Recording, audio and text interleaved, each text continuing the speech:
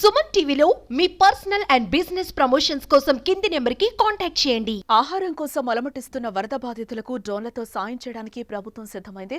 విజయవాడలో వరద ప్రభావిత ప్రాంతాల్లో ముమ్మరంగా సహాయక చర్యలు చేపడుతున్నారు. సీఎం చంద్రబాబు స్వయంగా పర్యవేక్షిస్తూ ఉండడంతో అధికారులు, సిబ్బంది ఉరుకులు పరుగులు పెడుతున్నారు. బుడమేర, ఉప్పొంగి, సింగ్నగర్ ఇతర ప్రాంతాలు వరద ముంపునకు గురయ్యాయి. ఇప్పటికీ అక్కడ వరద నీరు నిల్చుంది. సీఎం చంద్రబాబు ఇక్కడ బోటుపై తిరిగి బాధితులను పరామర్శించాల్సి వచ్చింది.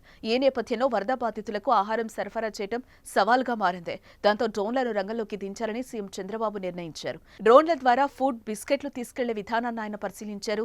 డ్రోన్ల సాయంతో ఆహార సరఫరా అంశాన్ని అధికారులు ముఖ్యమంత్రి చంద్రబాబుకు వివరించారు. లోతట్టు ప్రాంతాల్లో చిక్కుకున్న వారికి డ్రోన్ల ద్వారా ఆహారం అందించొచ్చని, ఒక డ్రోన్ సాయంతో 10 కిలోల వరకు ఆహారం, ఔషధాలు, తాగునీరు పంపొచ్చని అధికారులు తెలిపారు.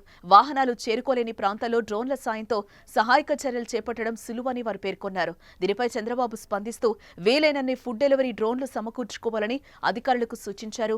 చంద్రబాబు నుంచి అనుమతి రావడంతో లోతట్టు ప్రాంతాల్లో చిక్కుకున్న ప్రజలకు డ్రోన్ల ద్వారా ఆహారం అందించడానికి అధికారులు చకచకా ఏర్పాట్లు చేస్తున్నారు.